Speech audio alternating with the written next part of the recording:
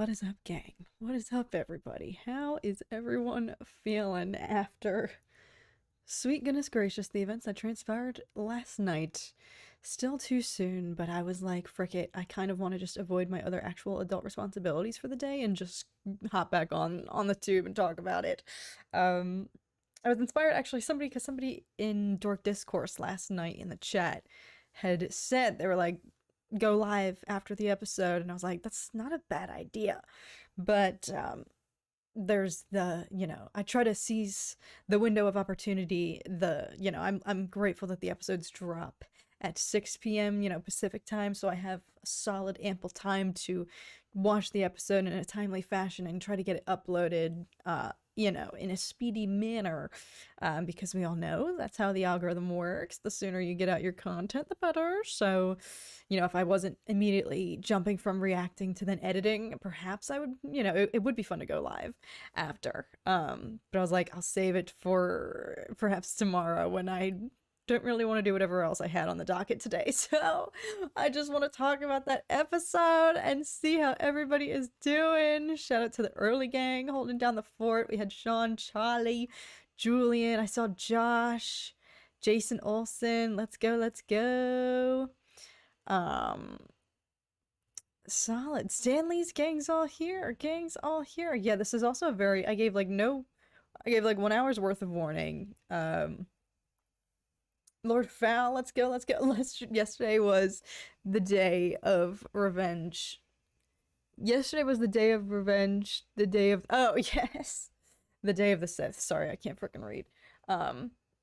For real. It was a reckoning. Sabersmith, welcome. Thanks for joining. But yeah, so I was like, I know this is not maybe the best time, but for at least my West Coast friends here, since it is technically still the middle of the workday. So apologies to everybody on this coast. For those of you on the East Coast, I figured now would be an alright time. Everybody's wrapping up, and I figured we'll go for a few hours. I ain't doing anything else, and I just want to freaking talk about this. Amen, Sabersmith. What an episode.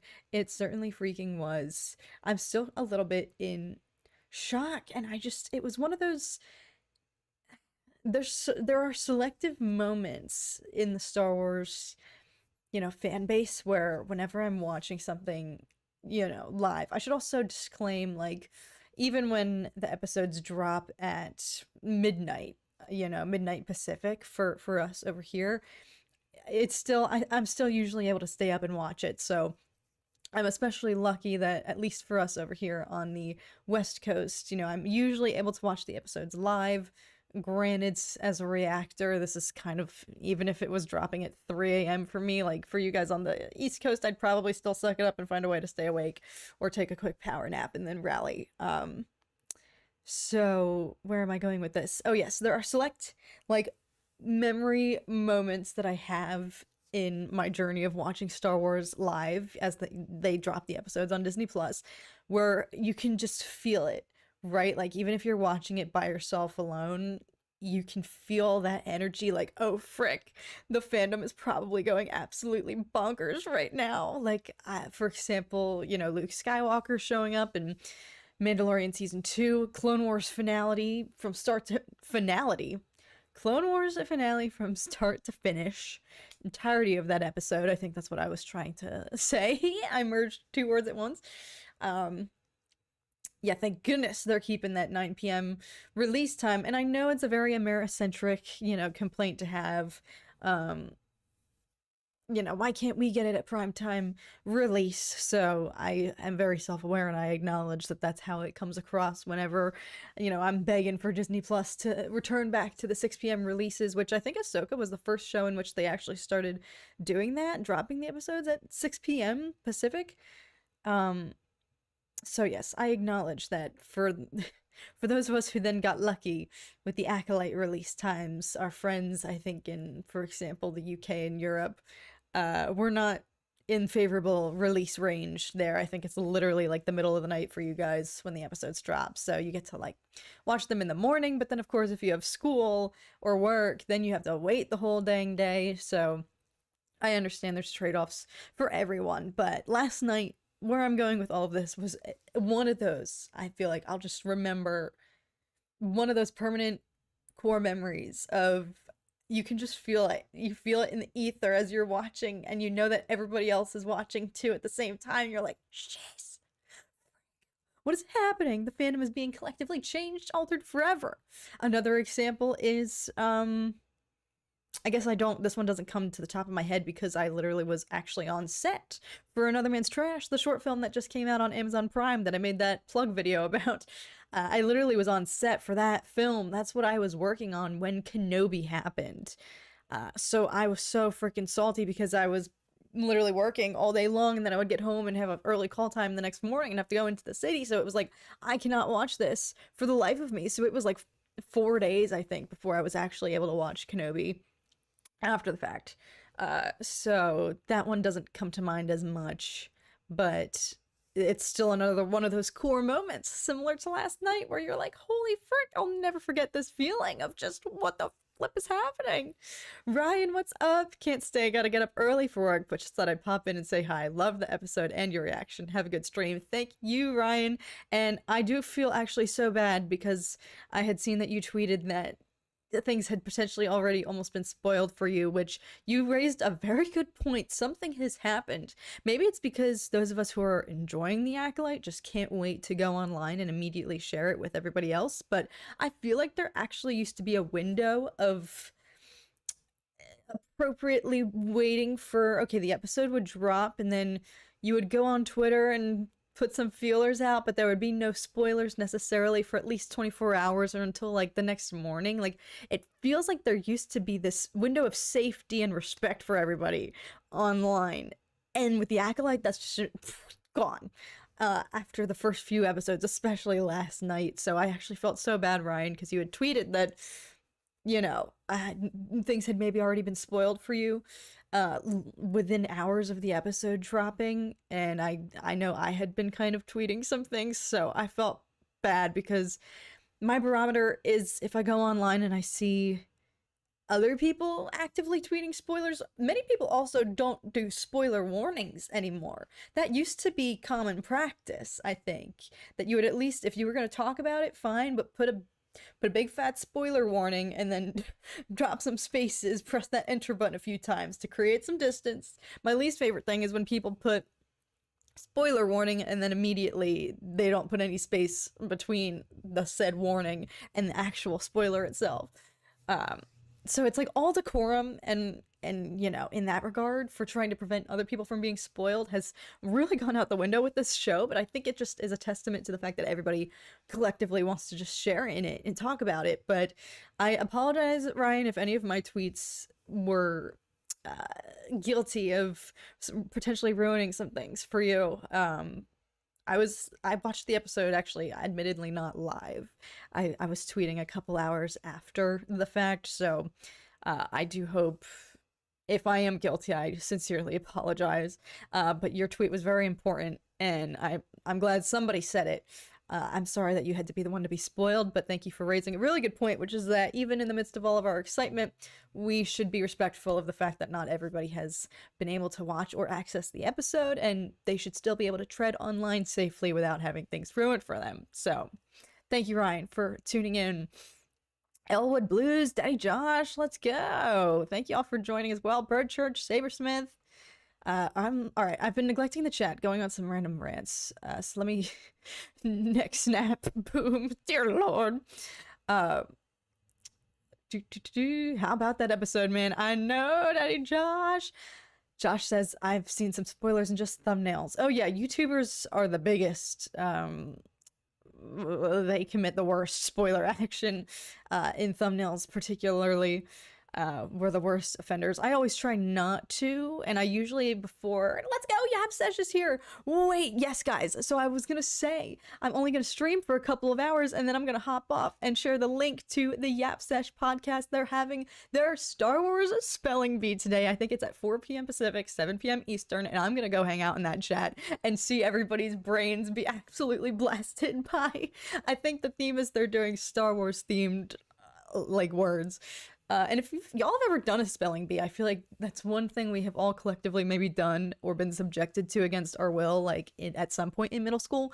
Spelling bees are hard and it's pressure, and they're doing it live on the tube, everybody. So I will actually probably drop toward closer to when they are going to go live. I'll drop the link to their channel and probably the stream as well here in the chat so we can all head over there and enjoy it. And they have some awesome creators, people, if you're familiar with the Twitterverse, the fandom in that online space, Star Wars words only. Yeah, and that's gonna be so hard.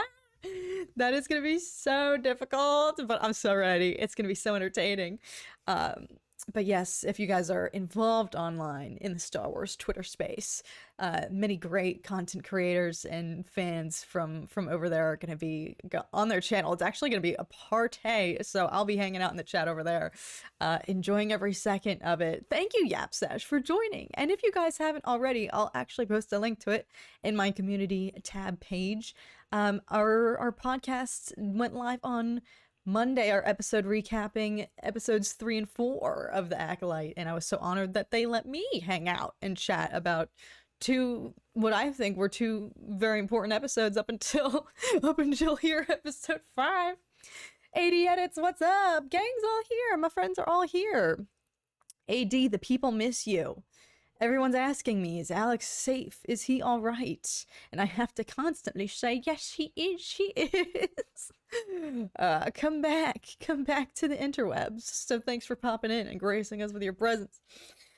Jack says, the lightsaber combat I think was genuinely the best live action lightsaber combat that we have had since Disney took over. It was so good. I think I have to second this. Also,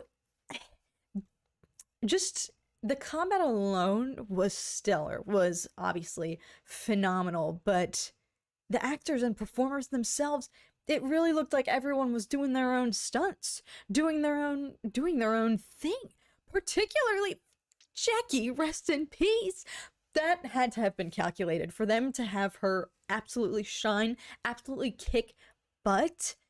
I swear, yes, I was of course shocked by her demise, but I was frankly equally shocked by the fact that she'd been bested by Kamir, because she could hold her freaking own, y'all. Granted, we then saw Master Soul in his full glory, and he was certainly a force to be reckoned with as well. So I'm sure some of that skill, some of that badassery passed along to his Padawan, but yeah, no, it was astounding, incredible. Just, I still cannot believe that they would hype it up so much like that, be absolutely epic, some of the coolest shits I've ever seen, and then just kill everybody within the next 5 minutes.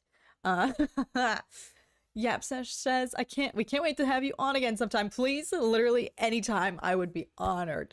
It was so much fun. Definitely go check out our episode, you guys, and all their other episodes too. They have really awesome guests on. The vibes are just so great. And again, I will definitely be sharing the link to their spelling bee live this evening, which there's also a charity aspect of it as well, I believe. They're doing some giveaways and whatnot, so it's gonna be a good time. I'll be hanging out, enjoying every bit of it. The Yordnik snap. Stop it. Literally. Choreography honestly caught me off guard, but in a good way, all right?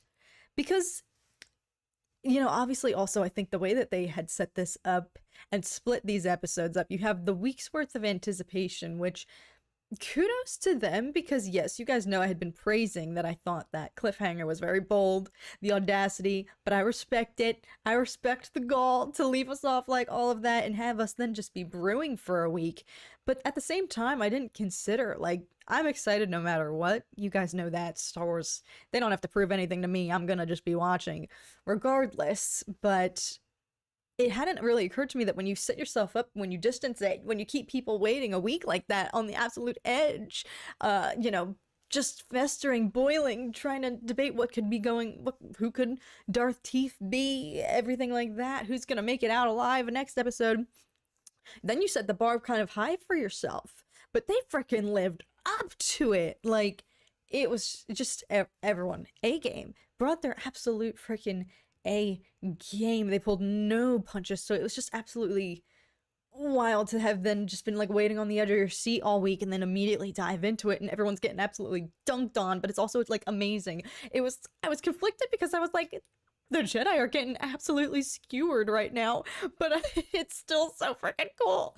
It's like that mental conflict of like, okay, I'm freaking rooting for the Jedi, but Kamir is dunking on everybody, and I can't deny it's fun to watch. They raised the bar so high. Indeed, Jack. Indeed, Soul, Jackie, and Kamir. For real. Jackie knew what the frick she was doing. It also helps that, of course, Daphne Keane, as we saw in Logan when she was literally only 10 years old, she is just a natural boss.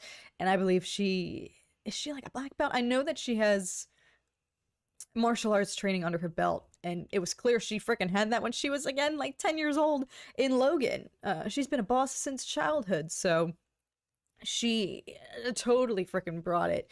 Just absolutely incredible. Sean, thank you so much for linking. Yes, that is the link there that Sean shared. That's our episode on the Yap Sesh podcast, where I was very lucky to be a guest and re-yap episodes 3 and 4 of The Acolyte. So do go check that out, and all their other episodes as well. Thank you to some of you who already have. I think I saw some of you guys in the comments of that video, so much appreciated. Jackie channeling future Ahsoka. Yes, Sean. I saw somebody comment on Twitter that Jackie... Leslie Headland was like, all right, let's have live action version of teenage Ahsoka's boss moves, her skills, but without the plot armor. I cannot believe. So that's what we're gonna unhash today. We've already been getting into this, but back Fandango, don't worry, you are not late to the party at all. We're just kicking things off. We're probably gonna go for a couple hours, as I said, leading up to probably 7 p.m. Eastern, 4 p.m. Pacific, so that everyone can then head over to the Yap Sesh podcast and go watch their live spelling bee, because I want to go watch it. So that's our itinerary for this afternoon. So you are not late by any means. We are just kicking off the party. We got Robin joining in. Alice, the queen. How long will you be on, Kat? I'm getting ready for work. Rats, I'm going to be on for 2 hours, pretty much. Another hour and 45 minutes, probably. So you'll be at work, I'm sure, unfortunately. But as you get ready, I will be here, girl. The choreography this episode was sick. It was phenomenal. Daddy Josh says, I was so not expecting Jackie to get stabbed like that when it happened. I literally said, oh shiz, that just happened. Jack says Daphne had said that this story was about the Sith infiltrating the Jedi, so do you guys think somehow May or Kamir would somehow, get into the Jedi Order? Whoa, frick. Well, this is good, because there's actually so much happened, but there's still now so many routes for this to go. We know that Kamir, first off, May is target number 1 for him, and it kind of just only hit me today. It's like, wow, he obviously was there all along, and she'd been confiding in him all her secrets, all her doubts, all of her own internal conflicts and, frustrations. She was bearing her soul to him about this entire process, and he's the one grading her on the whole thing, under this guise. And so it hit me today. I was like, shoot, so he's really kind of seen the kind of crack in her motivations here. For example, she asked him to help her cheat, hack the system and devise the poison potion for, Master Torben and whatnot, when she couldn't successfully actually physically attack him. So, Kymir's been privy all along to her kind of slowly losing faith in this quest, this deal, her objectives one by one. So he already was starting to perhaps, question her if her head is in the game, if she's locked in. How seriously does she want this? So of course all bets are off. Like, gloves totally came off after he revealed himself to her. I am admittedly a little bit suspicious. Like, I can't believe she wouldn't have had even the slightest inkling, because he kind of threw it in her face. He really rubbed it in where it hurts. Like, you really had no idea, did you? Subtext being like, how could you be so stupid that you couldn't tell I was right in front of your face? He really hit it where it hurts and kind of like gloated about it. So of course, though, gloves are off and he was ready to eliminate her. You know what? So we know that he's totally gonna be on her tail, and he obviously knows that it's Osha whose, you know, body he came across. So, you know, I don't know. Could we have really believed that? Like, all of, I don't know. But sorry, now I'm just word vomiting and not actually completing my thoughts. But we know he's gonna be tracking them down, potentially, or does he have what he needs now? He has Osha who he can share the truth with, since he seemingly clearly knows the actual events of what went down on Brendock. My question is this.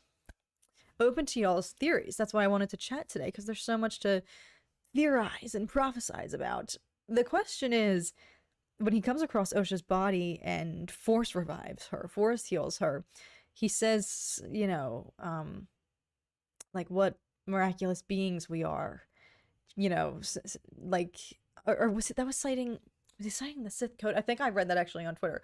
But it's like, what, we know May's vendettas. We know that she and Osha were the ones present on Brendock. What skin in this game does Kamir have? I'm not saying he necessarily has to have been wronged by the Jedi as well himself, for him to have some sort of backstory in which he was, you know, victim to the kind of hypocrisy of the Jedi Order, as were Osha and May. But he seems very personally invested in this, and I can't fully necessarily buy that it's just from secondhand, you know, wanting to help May and weaponize her vendettas for his own self-serving reasons as well. So what, I don't know, how is he related? Is he there on Brendock as well, or, you know, did his paths just cross with May's in a chance encounter, and that's how this has all gotten started? All I know for certain is I don't buy that he's acting alone. I think there is definitely another force at play here, another big bad behind the scenes that Kamir is answering to, because who could have lured him into this, you know? I'm gonna try to turn down my lights. Oh no, they're just bright no matter what. Whoa, that really turned them down. I feel like they're overpowering. I don't know if that made any difference. It kind of did. I'm really curious what Soul's darkness is. Amen. Like, he is a complex one, because I would die for him, love him, but there is something he's hiding. It's tough. We'll see. But yeah, he's so, I see why Leslie Headland was very dead set on her mission to have him play this role. You know, she had expressed that in the midst of writing, you know, her first drafts. She was watching Squid Game and, you know, saw Lee Jung-jae and said, that's him, that's who we need. And she was like persistent in her pursuits to, you know, get him to agree to the project. So I see now why. She was a genius. Couldn't have been better casting. And it's because he has this just innate just compassion. He's just oozing with empathy and care, you know, so much so that he almost toes the line of what is acceptable for Jedi. Like, as Anakin always says in Attack of the Clones, you know, Jedi aren't discouraged from being compassionate for other people. Sure, we can't have attachments, but that doesn't mean we have to not necessarily show care. And I feel like, you know, I question if Soul toes that line. For example, Vernestra had insinuated to him, like, you're too emotionally invested in this and with these girls, these twins, to think straight, to handle the situation properly. So I think he's a great example of, he's overflowing with compassion that perhaps, I don't know, jeopardizes his objectivity in the situation here at hand. But even with his first encounters with Osha, like, he's immediately forming this connection with her, has this very almost like paternal connection to help draw her to the Jedi. Could you say that that's like manipulative in a way? That's what is so intriguing about his character. Because in episode 3, he is the one who says the Jedi don't take children, and he has a lot of conviction. He like denounces that as if that's not what they do. That's what the Jedi do. It's like, what's he talking about? You know, it's like it's there's obviously so much. I feel like we're just in for some heartbreak there, because I feel like now especially that everyone else is deceased, he's going to become the lingering kind of comfort character. It's like, all right, he's trying to do the right thing here, but what is haunting, what is plaguing his past? What is he hiding? There is something sinister still lingering. Obviously something still unanswered about what those 4 Jedi did on Brendok, and he had a part to play in it. I think I've been giving him the benefit of the doubt, because for all we know, from what we see on Brendok, he just goes to, stage the rescue of the girls. He goes in to find Osha and May. And admittedly, at first, when I was doing my kind of commentary after watching that episode for the first time, at first I thought that he didn't even try necessarily. The optics wise, it could be totally misconstrued that he didn't even try to get May, the one who seemingly failed her test and wasn't adept to be a Jedi. She purposely self-sabotaged, unlike, Osha, who told the truth. And so, he recognized Osha's abilities and her desire to join the order. So as the girls were almost both plunging to their deaths as the bridge below them was collapsing, my first watch through, everything was so happening so quickly. So at first I thought that, Soul only made efforts to actually save Osha, and that he didn't even try to save May. It's like, optics-wise, that doesn't look great necessarily, whether that was the intention or not, or just unfortunate coincidence that he couldn't get to May in time. However, upon my second watch, I did notice, like, he does, I think, he happens to just get there too late, but you can see him, he does kind of almost like reach out to try, but there's of course it's like a last-ditch effort as May falls to seemingly her death. But I caught that the second time around, like, at first I read it as he really only went there to save the seemingly force-sensitive child who passed the Jedi little entry test, but he did, I think, genuinely go to try to save both of them. So it's just like there's a lot of conflicting circumstances surrounding his intentions, his motivations, but of course the optics are he did only save Osha successfully. So it's like there's I'm just very, like, I applaud Leslie Headland here, because I feel like she's not shying away from a lesson that Tom and I touched on in a recent episode of Dork Discourse, in which we discuss, like, one of the biggest reckonings of Star Wars is growing older, becoming an adult, watching it through a new lens, and realizing that the heroes of your childhood aren't necessarily as, scot-free as you see them when you're a kid. They're flawed. That's one of the biggest lessons of this galaxy, and of course that's the whole, what undermines the Jedi Order in the first place. So Soul, I think, has been written to kind of encapsulate that as like a little microcosm of, yes, he's lovable and adorable and very, very compassionate, but there's something being masked here that I would venture to say is corrupt. I don't know.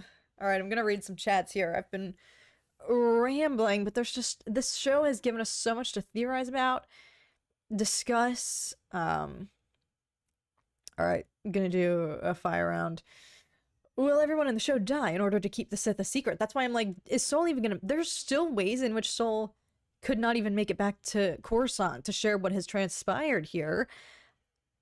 If that's the case, there were no other survivors, no other witnesses. Everybody who was privy to this is already deceased. So I'm beginning to think something will and has to happen to Soul to, prevent them from... the Jedi from ever getting to the crux of what this was. I don't know. I just have so many questions that are unanswered, so I'm completely on board for the latter half of this season. Agreed, Daddy Josh. Long live and prosper. You as well, Admiral Hawk. Oh. Not that username. I almost freaking said it too. Come on. Should have seen that coming. May was going to confess to Kelnaka. Do you think she would have confessed / back down to Jecki if she wasn't straight up hit with the running drop kick? Yeah, that's what I was curious about. I don't know. If I'm being real, I think May's plans were entirely, one critique I've seen of her character development is that she seems very wishy-washy, very volatile. That's how I would describe it. Like, people suggesting that she fluctuates from all these different ideas too soon, but I would just consider that to be volatility, which we saw her express in her childhood. I think that's just how you would describe her. She's an extremely volatile character, and so I think, honestly, she was fully on board, fully locked in with professing everything to Kelnaka and trying to then get back in her sister's good graces. But I think the second she realizes her master is there and she realizes that she's effed, she's done, she's finished and done for if she doesn't figure her way out of that, I think then she was just in fight or flight mode. I don't think any of that was on her mind anymore because she realized how much in danger she was and everybody else was.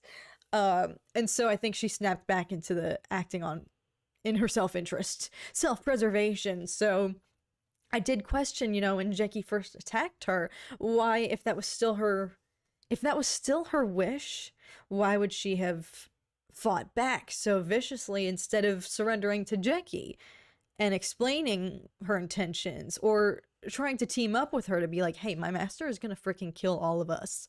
I think that's just what it boiled down to. Everybody else there was putting up a fight versus May immediately was just trying to like book it and run, just flight. She wasn't interested in fight. She was just doing the flight. So I think that's kind of what was basically just dominating her decision making at that point. The fear that she's effed. If Kamir gets her hands on her, sensing that she had given up. So that's how I interpreted that, because I was curious, like, why wouldn't she? If she still had any interest here in doing the right thing, why wouldn't she have submitted to Jackie? But I think she realized as well, like, all bets are freaking off if every Jedi here dies. So her plan was just foiled anyway, so I don't think she recognized that as a possible route anymore. In the trailer, wasn't Vernestra using her light whip in the forest? So I don't think Sol, May, Chimera, etc. will leave the planet alive. You make a good point, Stanley. So that's one of the only few trailer clips left that we haven't seen, and at first I predicted that Vernestra was going to show up as like the cleanup crew, and have to do some damage control, coming in for backup. So I am curious what role she still has to play in that lightsaber. I'm really hoping that wasn't just a trailer bait clip. There's no way, for the amount of absolute just discourse that caused, the lightsaber whip reveal in live action, that cannot be for nothing. I hope that wasn't just like a little bait. I'm just curious / concerned on how Sol doesn't sense that it was actually May. I agree with this, Josh. I was like, I feel like he'll be able to detect. And she also has her tattoo, She has her witch marking. So I'm gonna credit it to the fact that he was extremely disoriented, had just been awakened out of, getting zapped, getting shocked to sleep, stunned, and the absolute reckoning of watching everybody else that he went to Kobar with die, on the ground next to him. So I don't think he was just in his right mind at all. If he was operating, full throttle, full capacity, none of this having happened prior to, I think he definitely would have been able to sense and tell the difference and know that he's being trapped. But I don't think in his mind, his mental state, after all of that carnage, he would have been able to detect that. Yes, I agree, Sean. How does Kamir know the events of Brendok? We'll find out. He couldn't be a former Padawan of Sol, could he? That's what it felt like back Fandango, when he says, you don't remember me? And he feels very... I don't know, his vendetta, his MO, feels like it's coming from a place of having been wronged personally by the Jedi. We know he makes some comments to May earlier in the show, which I'm so curious to go back now and rewatch all their interactions to see if there's any, like, clues or tells. Obviously, there were, and I was just so tunnel visioned because I wanted to believe that this mysterious Sith figure was a different person or a different entity, which I'm still clinging to the fact that I think that that's the case for whoever is looming behind the scenes in the shadows operating all of this from the darkness, a bigger bad that still has yet to be revealed that Chimere is serving. But I had such tunnel vision that I was like, nah, I can't be Chimere. So now that it's confirmed, I need to go back and rewatch. But he did make a comment to May saying something about, the Jedi see themselves, they're not actually what they're cracked up to be. They do things for public perception, but that's not how they actually operate. So what is his vendetta? But it is interesting. Everybody noted, Yord in his absolute. It was such a shame. I had to cut some comments out of my reaction because honestly, I felt bad because I was dunking on Yord a little bit before he got absolutely annihilated. But shout out to his performer, Charlie Barnett. I think he did an incredible job of capturing the genuine fear that you would have as a Jedi, not knowing what the frick you're up against here. Everybody who was on that mission, that's why I was a little bit like, how are they all so freaking skilled in combat here? They're going, Jackie especially. I mean, I guess they just train to be ready for situations like this, even if they don't know what they're up against or if they'll ever be in a trial as dire as this one was. But Yord, I think his performance was really vulnerable and kind of almost sad to see how absolutely just terrified, how mortified he was. But in his terror when he was confessing to Osha that none of this makes sense to him, he can't get a read on whoever this threat is, they don't move like a Jedi, they don't abide by the rules of, combat that the Jedi are known to fight with, like, everything about it was a mystery to him. So that's the only kind of clue as to why I'd be suspicious if Chimere ever actually was. I don't know. He has been personally wronged. He must have been wronged in some way, shape, or form by the Jedi Order. I don't know. We're obviously, now that the mask has come off, which I admittedly didn't think was going to happen as quickly as it did, but now that the mask has come off and we have his identity revealed, we can kind of get into now, like, all right, what's his MO? What is fueling this? What's with these vendettas? Versus we no longer have to guess his identity. So gloves are off, mask is off. So now we can get to the crux of it. What is fueling all of this? Yeah, Chimere was hellish. Killed Yord weaponless and 3 stabs in Jackie. Yeah, he definitely. That's the other thing too. You make a really good point. Darnak. Not only was he dunking on the Jedi, but there was cruelty, there was brutality. He was slaying them. He wasn't just going for murder, he was going for the absolute most gruesome, dehumanizing ways to kill possible. I don't want to fully talk about this because I'm scared it's gonna get, like, taken down. What's so freaking funny is we were talking, some of our shorts are clips from Dork Discourse that we've been posting on YouTube Shorts and TikTok.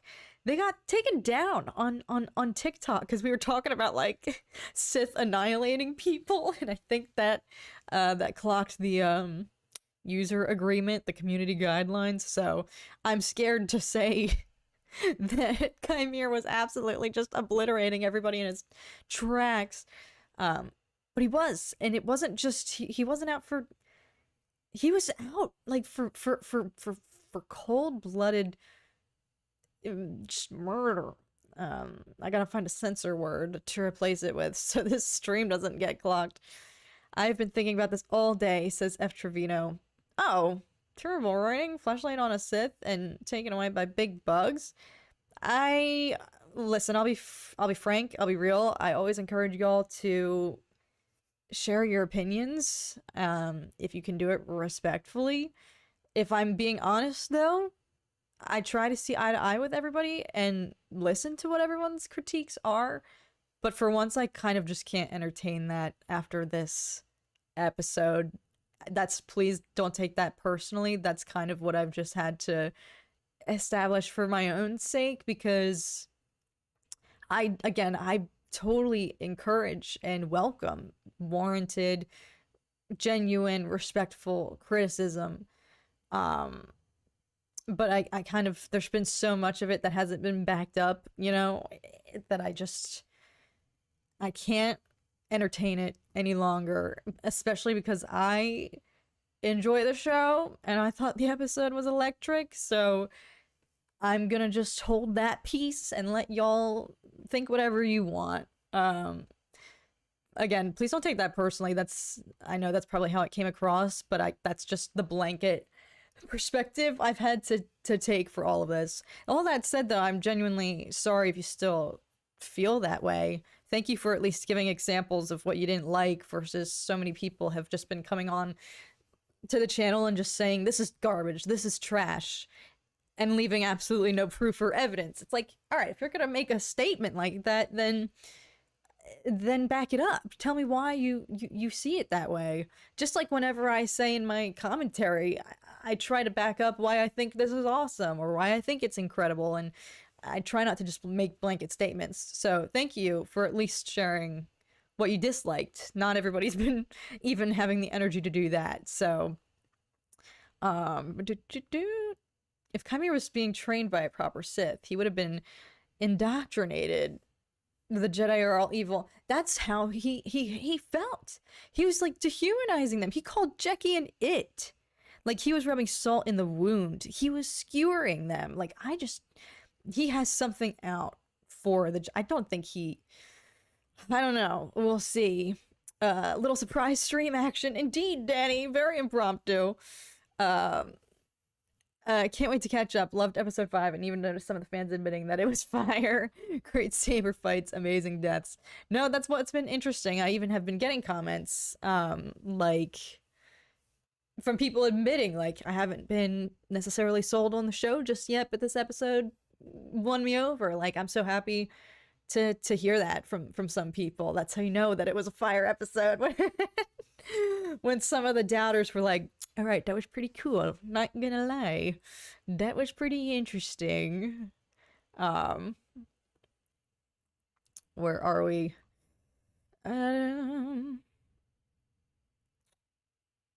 Just rewatched episode 5, says the Drummer King. That scene with Soul almost action. Kamir definitely felt like Mace versus Sidious. And Sidious convincing Anakin that the Jedi...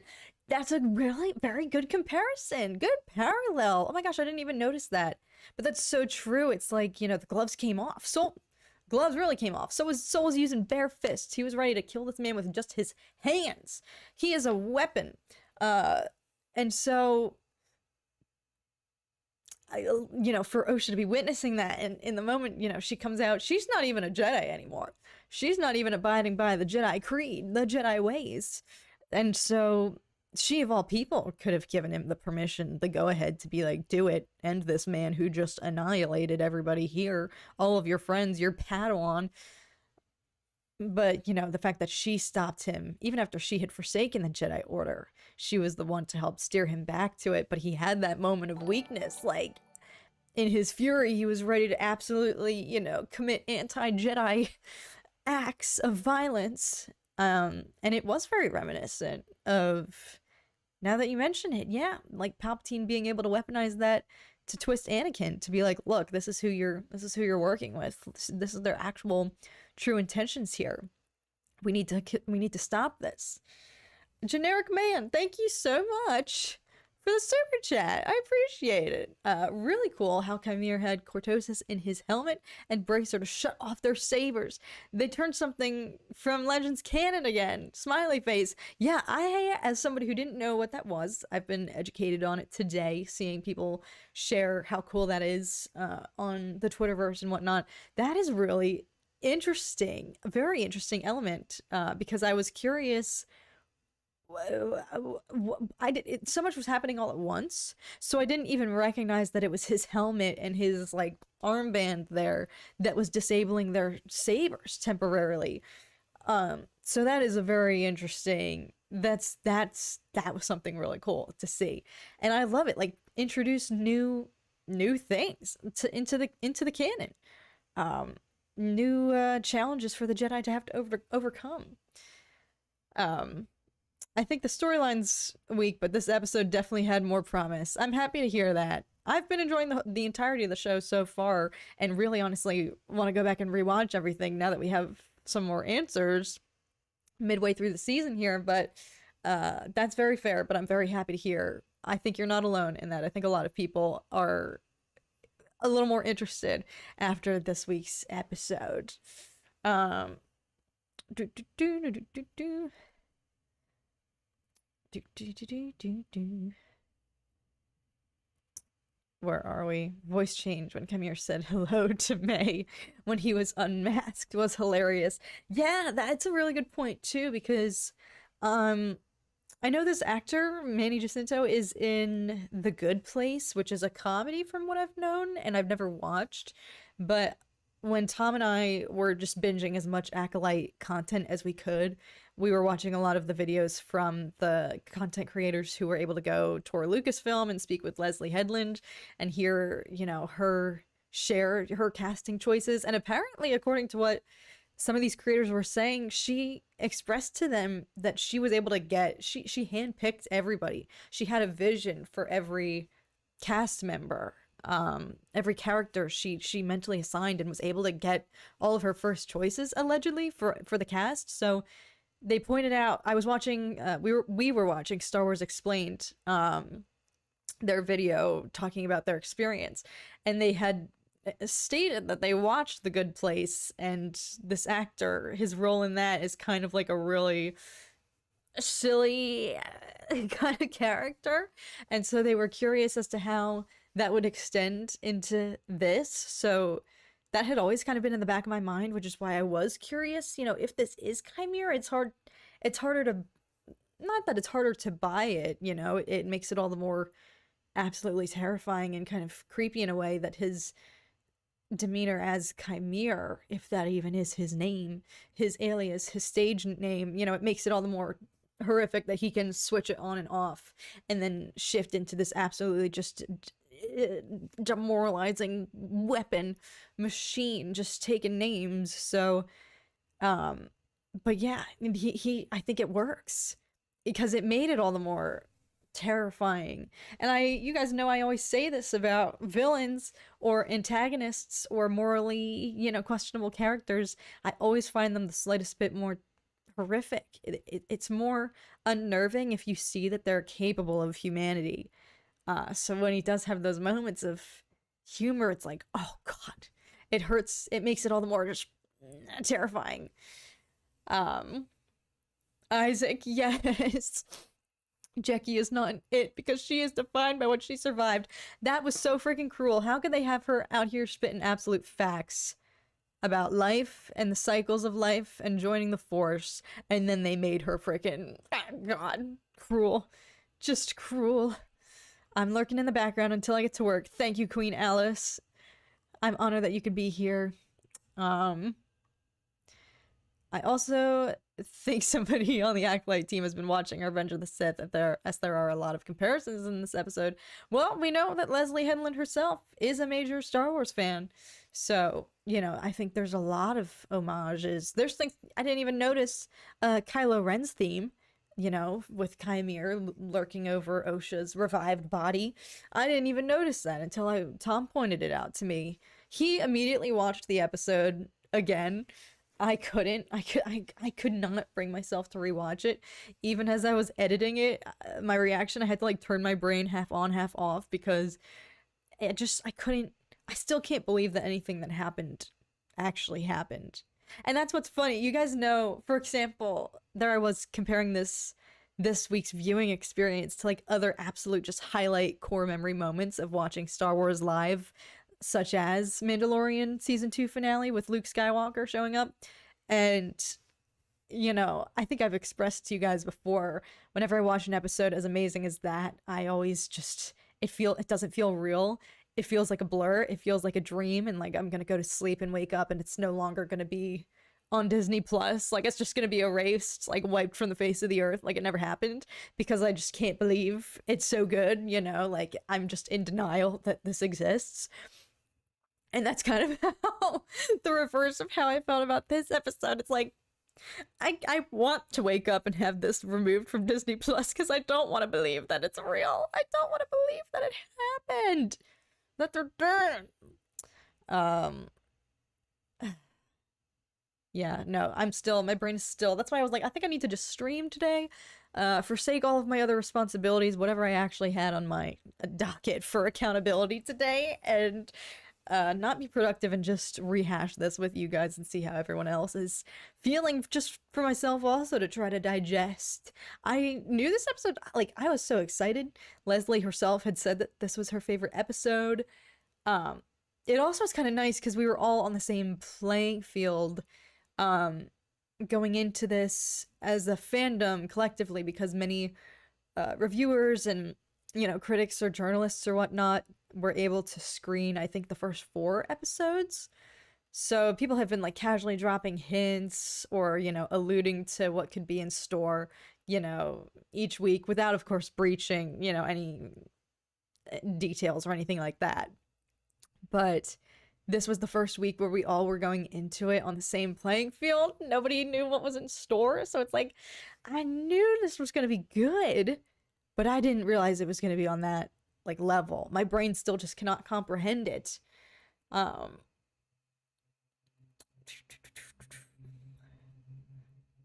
Leslie's not a Star Wars fan. Unfortunately, I'm going to disagree politely. I think she very much is. She actually, it would be very cool to see.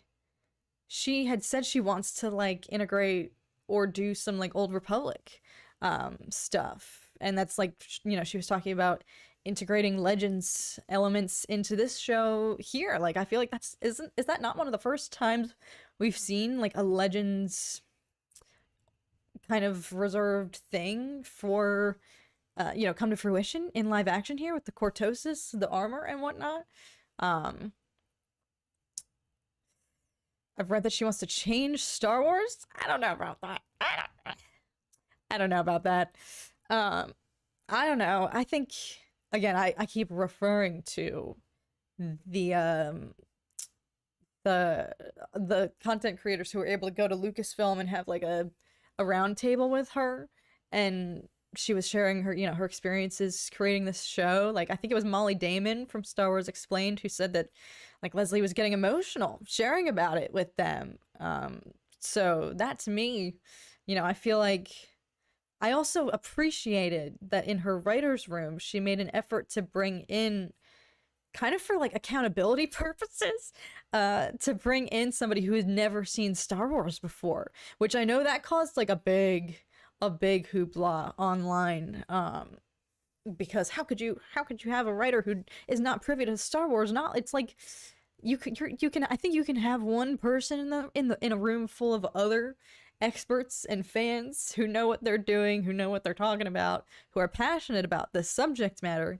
I think it's fine to have one person in there to keep it accountable for writing purposes, you know? Like, that to me shows that she, you know, she's a fan and she wants to not let that like blind her in this necessarily. Like, keeping accountability, like just keeping her steered on a storytelling path that isn't just driven by that's not just driven by her fandom, you know, which I like. That's power to that. Like, I really freaking respect that, and to me that shows like a sense of responsibility.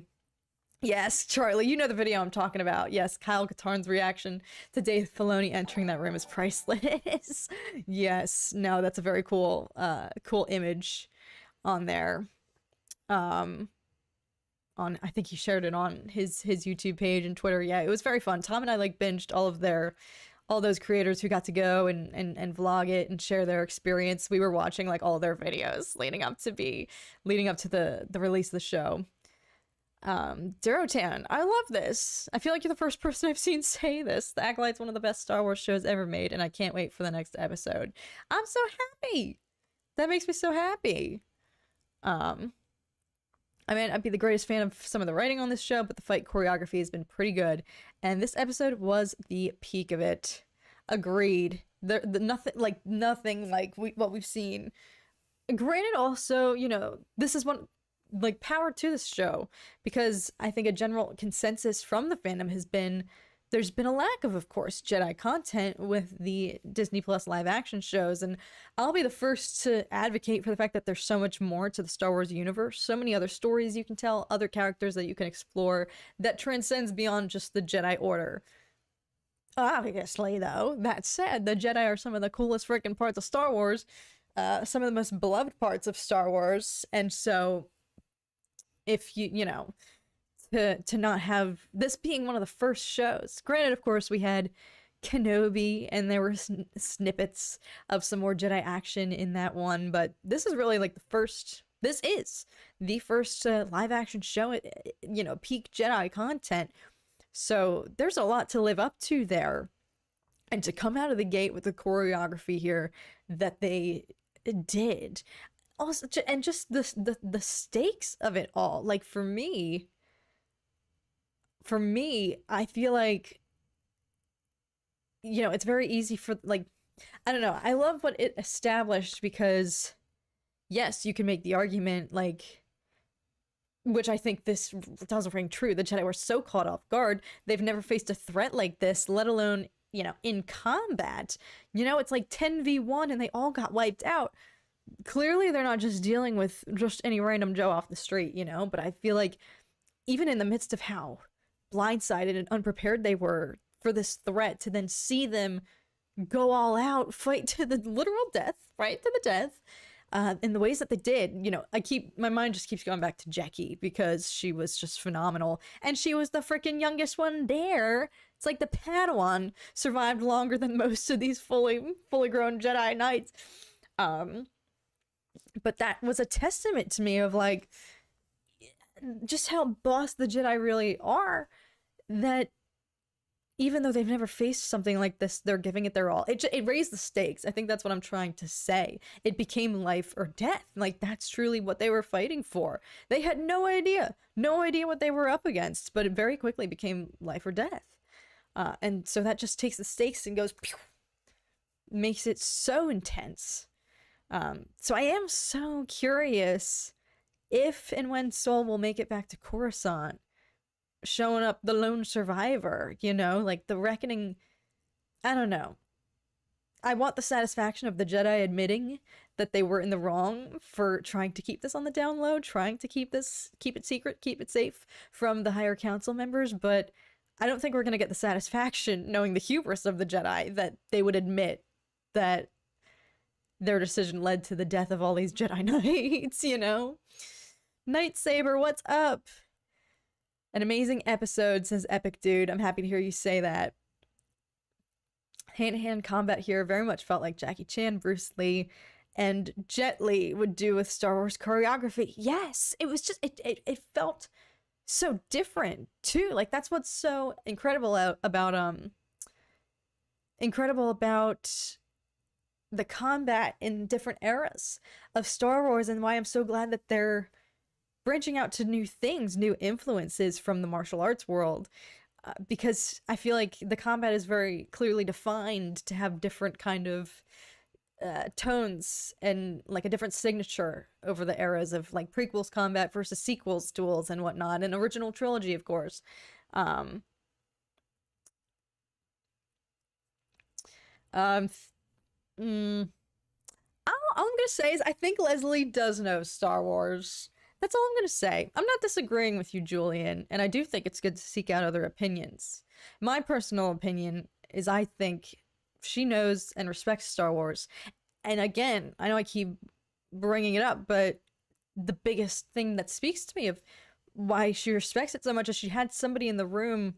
Yeah, she had a writer's room full of other Star Wars fans, other experts, but she kept somebody there to keep them all in check. She brought in, you know, an external person who'd never seen Star Wars before in their life. That to me is like a sign of responsibility and not wanting to let your vision, your tunnel vision as a fan, guide everything that you're doing. So I don't know, after this week especially, I feel like she's totally, I don't know, this episode was just so absolutely mind altering. It's so hard though, because it's like she's clearly a fan, but she's willing to freaking push it to. Somebody commented on my reaction we're going to brutal dark places we haven't gone since, honestly, Rogue One. Like, I haven't felt this sense of dread and shock and just absolute, like, brutality and slaying since Rogue One. It honestly felt like that experience all over again, which I feel like I've been trying to chase that same feeling of, that we all probably had when we saw Rogue One for the first time in theaters, and it just absolutely rocked all of our worlds, because it's like, everybody died? Question mark? Star Wars? In Star Wars, everyone died? And that's what happened here. Everybody died. And I just wasn't, expecting that. For example, I don't know, maybe it's because, and you guys know me, it's not like I'm out here begging for super dark, mature, scary, horrific content. But what they're exploring here, it raises the stakes. I think that's what a lot of fans have been wanting to see more of in Star Wars. The permanence of death, the permanence of loss, the reckoning of, frick, none of these Jedi are coming back to life. There's no room for tech theories here. There's no room for back to tanks or theories that they're gonna come back to life. Like, that's how programmed we are as Star Wars fans, because more often than not, sometimes people, our favorite characters meet their demise and then can be born again, which is why the tech theories prevailed so much for the final season of Bad Batch, and I was guilty of that the entire season 2, thinking that he could still be in the works. And so I think, not that a lot of us have been thirsty for more darker, intense, heavy-duty content like this, but I think we've just been wanting to see the stakes raised, and you can do that by having this absolute, just sheer tragedy, the point of no return, like Jedi dying in one little snap, too soon. Somehow Jecki returned. I wish, epic dude. I wish. Rogue One is so good. Agreed. And I think it's collectively praised because it's not afraid to push the brink of, holy shnikes, I cannot believe that any of this happened, that they all died. Like, to this day, every time I watch Rogue One, there's a piece of my brain still clinging to the sense of hope that there will be a different outcome and they'll all make it off of Scarif. Like, that, even watching Andor here, it's like, where his story goes, but there's still that sense of hope, like, oh my goodness. And I think that movie has something in common with why I was so brain blasted here. Rogue One, I think a common critique is like, all right, the movie starts out, there's a lot of development, world building, establishing of kind of laying the ground that needs to be done, to familiarize you with all these everybody's new planets and whatnot, new conflict.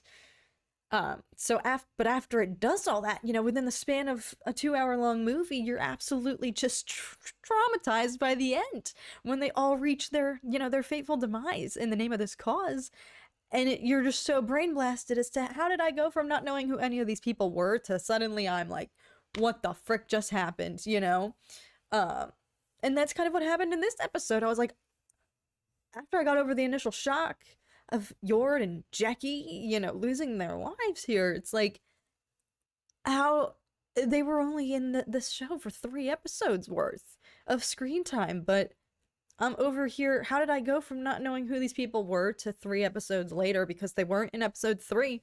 How am I over here so somber over what just happened when I feel like we've only had such a short amount of time with these characters? That kind of, it had the same effect as Rogue One in that way, in which you realize, like, dang, we didn't even have that long with these people, but I'm so moved, I'm so impacted. Lord Val, yes, when I'm watching this, I change my perspective and I think that the Jedi are evil. That is what this show is kind of painting the picture of. That there's some corruption, some sort of corroboration that has gone down that, led all this to ensue, 16 years ago on Breaddock, that the Jedi are hiding. And it's just like, for example, in the flashback episode 3, when the focus is on the Coven, why did I feel like the Jedi were the bad ones in that situation? It's very hard because May, I think, is the vessel for, like, the truth in this. you know, it's hard because she is volatile and, dare I say, a little bit unhinged, but everything she says is true from a certain point of view, that the Jedi infiltrated their planet and invaded, you know, and whatnot. I think that's the word she used before Osha protested and was like, what the F are you talking about? But May's point of view, yes, as jaded as she is, she's right. Um, Thank you, Julian, for the super chat, my friend. Good point. Rogue One was the only movie without a lightsaber fight, and it was very good. Yeah, I don't know if you'd be able to call that Vader hallway scene a fight because they were not putting up. I don't know if that can count as a fair fight. It was more just like an annihilation. That was a one-sided. There was not a two-way street in that fight. The other side stood no chance. So, but that is a really good point. For as epic as that movie is, you realize by the end of it, it's like, okay, up until that last 5 seconds there of the movie when Vader goes to try to seize the plans and absolutely just demolishes everybody in the process. But you're sitting in the theater and you're like, oh my god, I have no idea who any of these characters were. I just met them within the span of 2 hours ago. None of them are Jedi, of course, with the exception of like Shiru, and his kind of tether to that. I'm one with the Force, and the Force is with me. He was like the most symbolic of the Jedi, you know, kind of figure in that movie, but still not full-fledged Jedi. You're watching this movie, you're like, oh my god, all these people are champs, all these people are bosses, and there wasn't even a single lightsaber. And then the Darth Vader scene happens, and you're like, all right, that was pretty cool. That was still pretty cool. I think Osha might change and become the Sith Acolyte. I think you might be right, Drummer King. Frankly, I'm done making predictions at this point because, unfortunately, in typical fashion, my failed predictions here about Darth Teef just have contributed to my infamous reputation for not being good at predicting things. I am notoriously bad at making predictions, as you guys know if you've been watching the channel for a hot second, which is why I usually try to just rein it in and I try to not predict things, but it's been so hard with this show because there's so many different rabbit holes you could go down. There's so much of a mystery. You know, for example, on the Yap Sesh podcast episode that I was able to be a guest on, Brooke, one of the co-hosts, made a fabulous point. Like, for Andor, you know, that show is just stand out, so good. It's like, I can't even add much commentary to this other than it's just amazing. It's such quality Star Wars. It's incredible, incredibly well done, incredible writing, storytelling, acting, performance, everything about it. And this is not to say it's just two separately, entirely different shows. You know, that's all I could really contribute to the Andor conversation. Just like, this is amazing, this is incredible. Versus Acolyte here, it's like, it's been hard for me to rein it in and break my own rule of trying not to make predictions because there's just so much to theorize about and question. And we go into these episodes getting answers and then leaving with more questions. Like, that's how I feel after, you know, this week's episode. It's like, all right, we got one of the biggest answers of all, but now I just have 50 bajillion more questions. In a good way, it's like there's so much to debate and discuss and try to make, you know, predictions or theories about what could have gone down, what could have transpired, which was kind of the subject of, you know, a recent short that we published on here and on TikTok, in which it was a snippet from Dork Discourse one week where Tom and I were discussing whether the episodic weekly format for releasing, you know, these episodes versus like a Netflix format in which you are encouraged to just binge it all at once, what is better suited for a show like this in particular, where the mystery just grows week by week and you just leave with more questions than you came into with. And I had a lot of comments on that short because I was making an argument. I was making like a hypothetical argument for, you know, should Star Wars just start dropping, following the Netflix model and dropping everything at once so you can ingest it all at once and not get so wrapped up in your own theories. Because I do think there can be a detriment there to, you know, when there's so much wiggle room for you to be left to your own devices and your own imagination. We're Star Wars fans. We're creative. We're imaginative. So we naturally run with what you will give us and we'll spin it into this like absolutely wild thing. And so I feel like that does leave some, unfortunately, like some an open door for perhaps people to come up with their own theories and then just be married to that, and then, God forbid, risk being disappointed when the actual story comes to fruition. So that's why I would advocate, depending, at times, for a show to be released all at once, so there's no misconstruing and you can just see what the intention was, what the writer wanted you to, what the writer, was trying to convey in, the whole piece of media as a whole, a finished product. And so many people commented on that, and they were like, just be patient, blah, blah, blah, blah. Nobody can handle TV anymore. And I was like, yes, I can handle TV. It's just so hard to wait from week to week.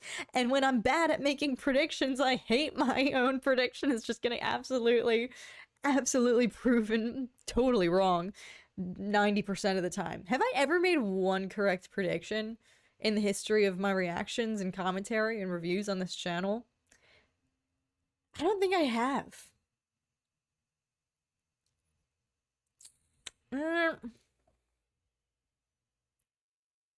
No, I don't think I literally have. And my track record is not improving after this week, in which I had tunnel vision, convinced myself that this could not be Kamir, and then it immediately was. So that's the only reason I would advocate for my own ego, my bruised ego, as I repeatedly just fail to make any sort of accurate predictions in these shows. That's why I would advocate. Just eliminate my brain as the middleman and let me just watch it all at once, so I don't have to subject myself to the embarrassment of being so wrong, publicly predicting awful predictions. Julian, thank you again for the super chat. Also, it's fun whenever you guys like super chat or whatnot, I can see a larger version of your guys' avatar, and I always forget you've got freaking Star Killer here, and it's awesome. The Jedi are evil, but try to twist it in a good way. Why the Jedi take children away from their families at such a young age and teach them to not be attached to anyone, but to learn to let go. That's cold. Yes, Julian. That's why I was so, like, what? What, does Soul really actually believe that the Jedi don't take children? And I know I discussed this a little bit and went down that rabbit hole in my commentary of episode 3, but are the Jedi so deluded? Do they really believe that they're not actually taking children as long as the children will go willingly? Like, yeah, in their defense, they're not, like, enlisting bounty hunters to go and round up every Force-sensitive child that they, sense in the galaxy. They go themselves and recruit the children, But, as we saw in Ahsoka, she was an infant. She literally was a fresh baby in, no, forgive me, we didn't see that in the Ahsoka show, but in her storyline in Tales of the Jedi, when we, meet her family and see that she had Force-sensitive tendencies pretty much right out of the womb, she was a literal infant. And this is, I don't always say this, but it's one thing that makes, the tragedy of Order 66 all the more brutal, is that for all these Jedi, Kenobi being a prime example, as he, confides in young Leia, he admits, he's like, I have vague memories of my family, but I really don't know who they were anymore. Just flashes of memories.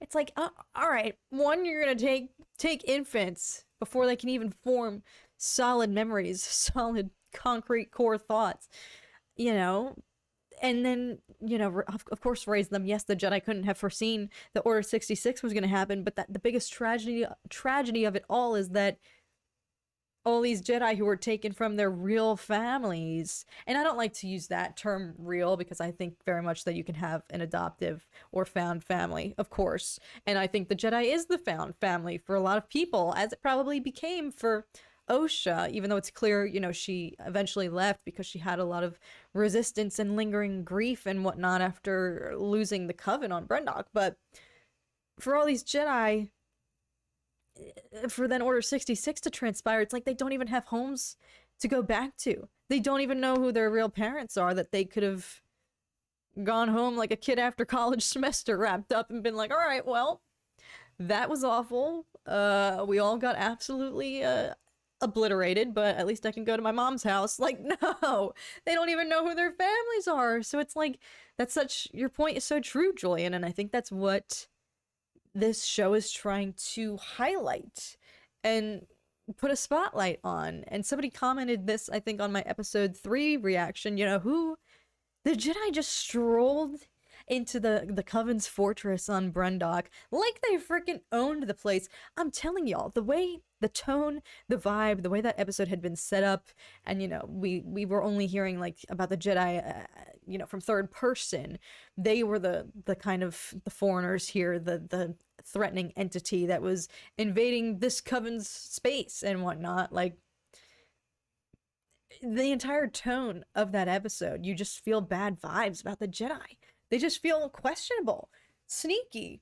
And so somebody had commented on that video, perfect point, like, who are they to walk in there like they own the place and then accuse the Coven of training children as if that's not what they do. It's like, God, it's kind of, all right, I don't want to make this a discussion about religion, but it's kind of very similar undertones of who's to say you can't be training children in the Jedi way using the Force, and who's to say these witches can't, train their daughters to use magic, It's like, one's not better than the other necessarily. So it's like, yeah, bad vibes. Just got bad vibes from the Jedi.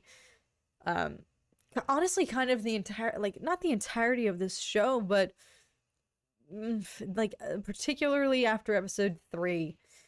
And of course, now, even after episode 3, I think I was still trying to grasp at straws to find ways to absolve Soul of all of this and keep him innocent, kind of as a fourth party, I guess, to the, his other group of accomplices on Brendok, his other acquaintances, Torben,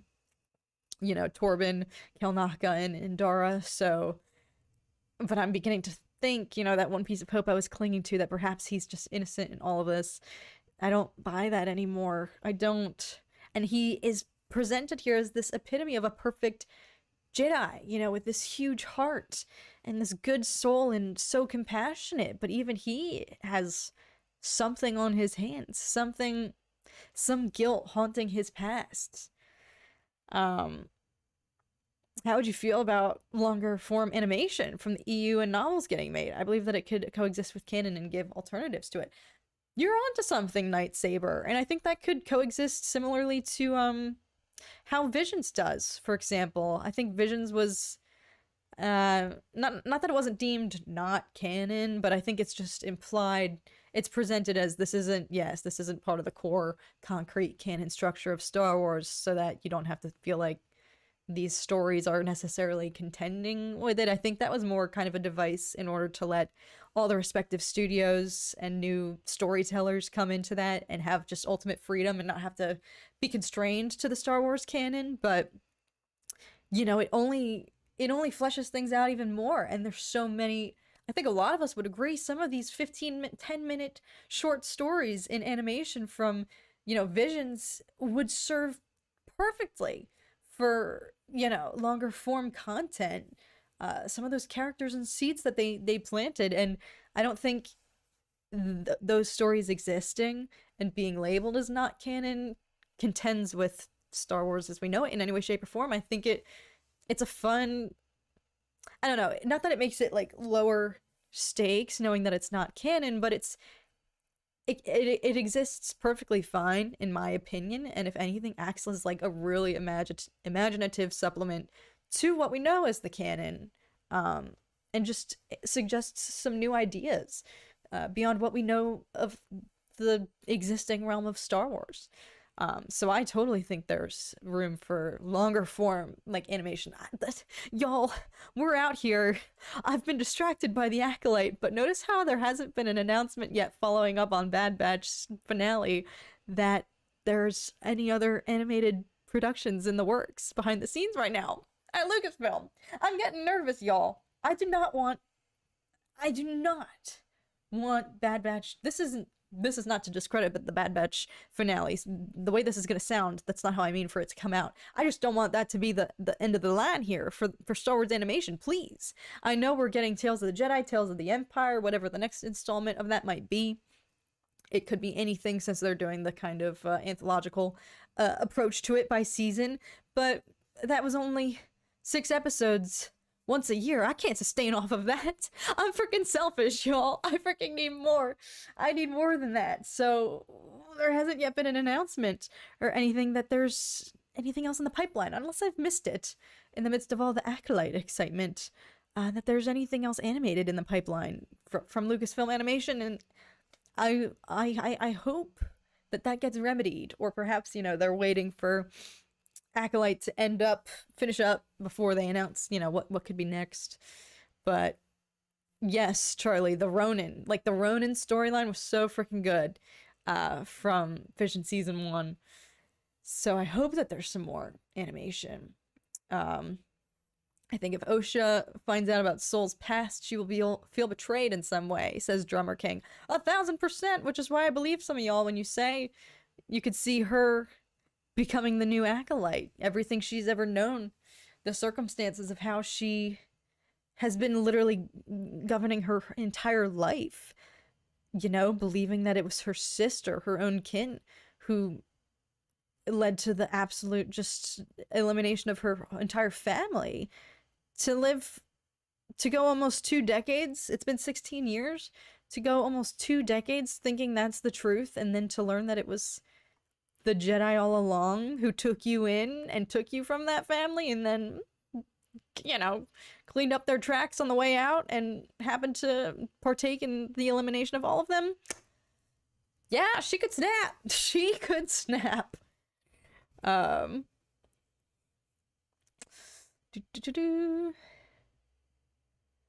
thought Andorra said that they'd gone to the witches' settlement because that they had heard the rumors that they were training children.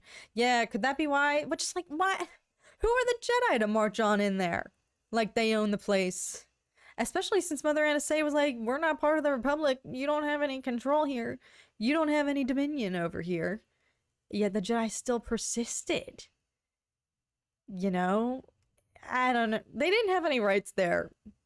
But Andorra was fighting and she was like, you can't deny our right. It's these children's right to be tested. It's like, in any other circumstances, if those weren't the Jedi, if this was a standalone film, a standalone series, non-existent in the Star Wars universe, and that's how these two different groups were introduced, you met the Coven first, and then you met the Jedi. Give them entirely different names, entirely different titles, and remove it from Star Wars, and the Jedi would be in the wrong. I'd be looking at them like they're in the wrong. They're totally in the wrong. And it's only the title of Jedi that's keeping me like, but their heart must be in the right place, right? Well, we'll find out. We will find out. More, says Sean, exactly. Give me more. Yeah, I've been so distracted by the Acolyte, I forgot. They never followed up with Bad Batch finale with any sort of hope announcement that there's more in store. This is a good point, Sean. You do make a really good point. We don't know what the Jedi were told of the Coven of Witches beforehand. That's fair. And because they had been exiled and were now residing here in this fortress that is beyond the bounds of the Republic, you know, not to be governed by that.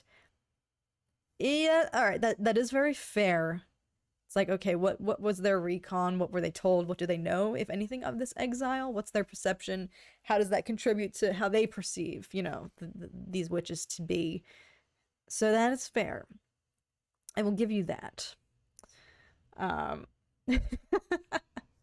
Epic, dude. Was Ki-Adi-Mundi's heart ever in the right place? Clearly not, because he gave that thing to what? Didn't he have 7 wives? Is that... Wait, now I have to corroborate that before I go out here. How many wives did Ki-Adi-Mundi have? I don't want to spread misinformation, so I'm fact-checking my own joke. 4. Alright, 3 less than I thought. 4 honor wives and 1 bond wife? Shay? Who was his closest and most trusted wife. What? Yeah. I don't think this man's heart was ever in the right place. He couldn't even decide on one place to put it. Man's out here with 4 wives. That's hilarious. Hang on, I'm just gonna quickly read more of the lore. How many kids did he have? Oh, so he had 7 children. That's where I got that number from. Oh, and this is even worse. Despite his exception, he tried to remain loyal to the Jedi Code by making sure that he had little attachment to his 5 wives or 7 children. So this man was out here just procreating, marrying whoever he wanted, and then bailing. So no, his heart was never in the right place. Dude was just trying to repopulate. For real, all of the hubbaloo, that is not a real word. All of the tizzy that people have been in over, you know, Ki-Adi-Mundi's age and birth date and his existence during this point in the timeline and his presence here witnessing the events going down in the Acolyte. The real thing we should be talking about is how this man got away with having children and then being an absent father. This is the true. What did his wives look like? Do you think there's photographic evidence of them on I'm on Wikipedia? Look out. Who are his wives?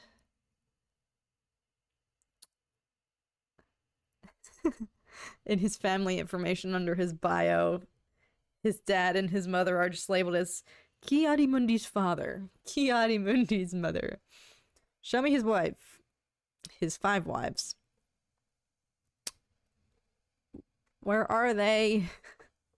I just want to know if they look like him. Well, let me go to his species page, I guess. Syrian? I'm definitely not saying that right. This is why. Come to the Star Wars Spelling Bee, all that's happening on the App Sesh podcast page. In fact, actually, before I forget, I'll go find that link right now. If their stream is up, the event for later, it's happening in about 30 minutes at 4 p.m. Pacific, 7 p.m. Eastern. But this is why y'all should attend. They're doing a Star Wars explicitly themed spelling bee. Live. Let me see. Here we go. Copy link. All right, I'm going to drop it in the chat here. I'm going to get back to my quest of trying to find a photo of Ki-Adi-Mundi's wives.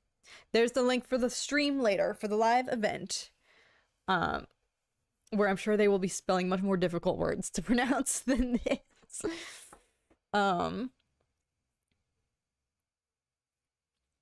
Cat's going down the Mundi rabbit hole, right? I'm sure I'm not the only YouTuber streamer this week who's been Googling this man's Wikipedia page. Probably is like the most page views out of any character in Star Wars after this week. Okay, oh, so the females look pretty badass. Dang! Okay.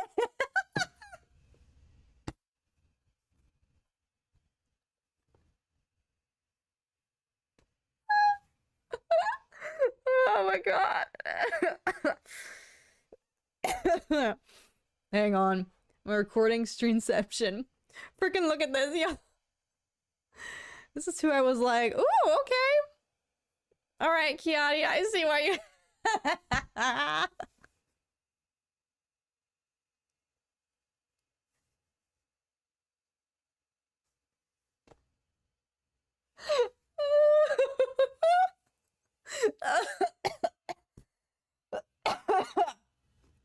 I see why you had 5 wives, alright. Oh my god. Sorry, I'm so sorry. Did you guys even see all that? Did I share it properly? Oh man, my thing was covering it. You couldn't even see it. I'm an idiot. I'm so dumb. Hang on. Alright, let me reposition this. There we go. Alright, I'll go back. Streamception real quick one more time. Alright, that's what I was... That's what I... Dang, okay. Let this man have 5 wives. If they all look like that, she looks like a badass. Alright, I hope you guys could actually see it that time around. That's embarrassing. There we go. Alright. I got it right. I know how to use a computer. Yay. Can't see. Yeah, sorry.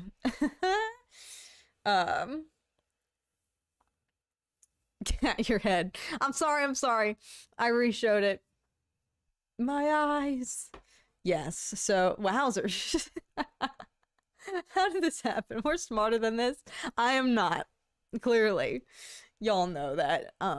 Why? Says John. So I don't blame this guy now for having 5 if that's what they all look like. Let this man have. Let this man have 5. Okay. Look at these hotties. All right. Any questioning I ever did, I am so sorry, Ki-Adi-Mundi. I was not familiar with your game. I was not familiar with how the female versions of your species looked. I don't blame you. Now, were they all his same species, though? If repopulation was his goal. Yeah, wait, why did he get the exception? Hang on, I'm still on his Wikipedia.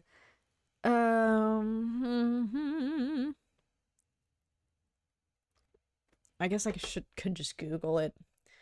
Why was Ki-Adi allowed to marry? What? This is a lot. Too long, didn't read. Oh, that's right. It was for repopulation. His species had low birth rates, especially among the males. They allowed him to follow his species custom of polygamous marriage, and he had 5 wives and 7 children.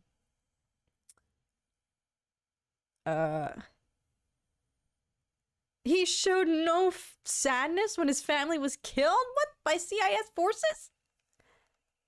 Okay. Alright, well now I'm back to doubting this man. Sorry, y'all are along. Y'all are along the discovery train with me. Cat is internet stalking Ki-Adi's wives. For real. These are the true questions we should be asking of this man's history. His biography. Are you saying Ki-Adi's got wrist? He does. He clearly did. He got that exception.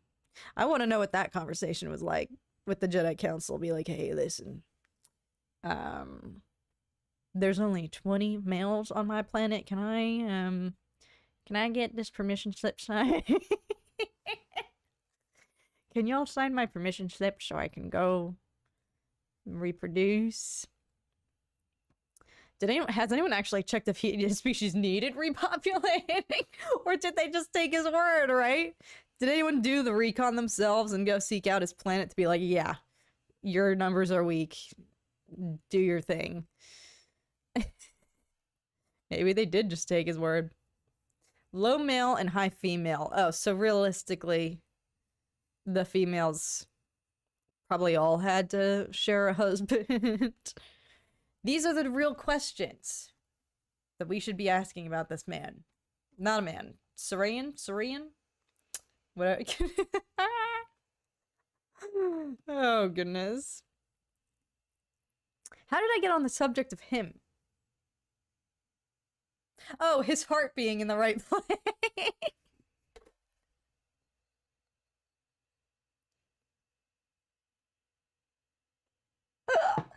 No, it was not. No, it certainly was not. Especially since Google just corroborated it right there. He felt nothing when his family was slain. This man's heart was never in the right place. Oh, God. Ugh. Right, why do I picture him? Sean, you're so right.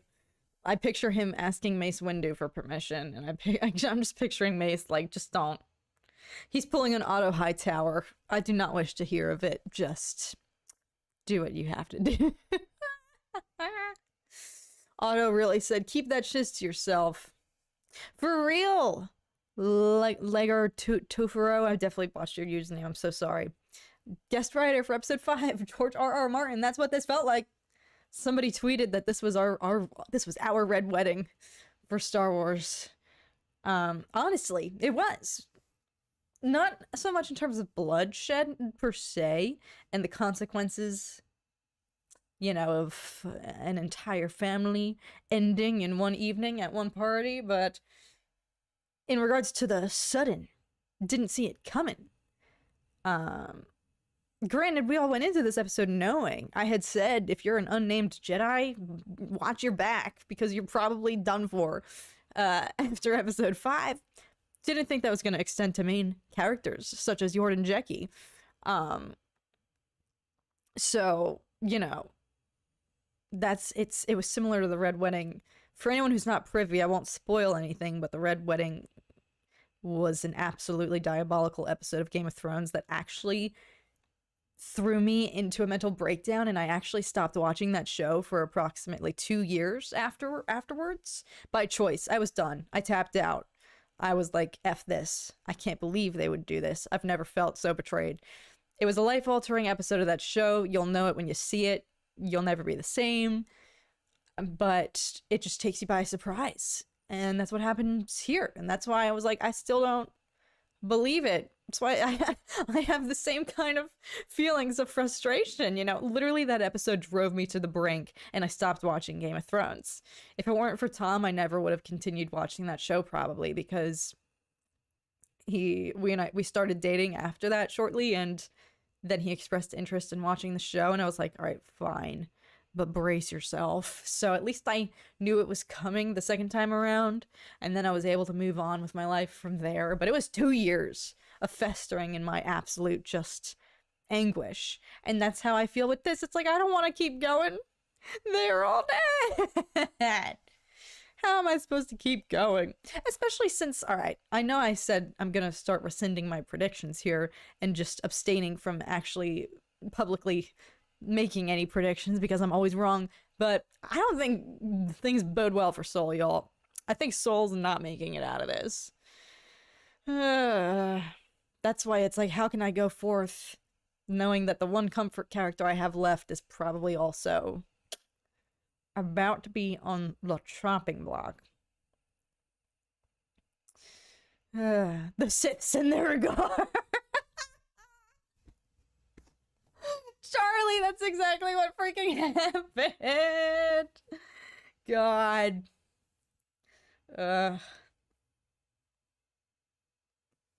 Jackie's death hurts, but that triple stab was so bad. Right, it was so harsh. So unnecessary. Just pouring some salt in the wound, but it was like, oof. It happened lightning fast. I couldn't even process. Bird Church, this is epic. I learned Rin's Castamere on the piano so I could just freak people out after that episode. Just roll up to a party, see if they have a piano, be like, yes, now is my time. Also, that knuckle crack was unplanned, but it was perfect, wasn't it? Now's my time to ruin the mood. Alice, I agree entirely. I'm just annoyed that she was a badass with her fighting, and then she died in honorable death, right? Like, that's so absolute. They knew what they were freaking doing, making her go out like an absolute champ. How many times did y'all hear me say in my reaction? I was like, Jackie, let's go, girl. Freaking get it. Making me have faith in this world, and then they crumpled it up right in front of me 2 seconds later. Plus the face reveal as she fell to the ground, right? Like, it was like too much happened at once. Oh god, Kamir literally had Jedi kebabs for dinner that night, right? I can't stop saying kebabbed after Deadpool, y'all. Stay tuned, actually, by the way, members. I think we're gonna finally do Deadpool 2, maybe before this week is up, and react to that. I'm a little bit behind. Today I realistically probably should have filmed some more content, because I'm still in the midst of Legend of Korra, still trying to do some more movie reviews. I've been getting so many requests to do Fallout and One Piece, like explore some other shows, The Boys. There's so much I have to do. I don't have enough time in the day, and so instead of doing any of it, I was like, let me just go live. Let me just stream. Cat, stop creaking your bones. I know, I'm so sorry. Every time I unintentionally crack a bone on stream, I say a apology through the force to Charlie. Jackie impressed more than anyone with this episode with the lightsaber. She was a baller. Yes. Yes, Bird Church. A true champ. But it made sense because you know, when you see Soul in action, it's like, all right, if that's her master, I see where she gets it from. I see where it's rubbing off.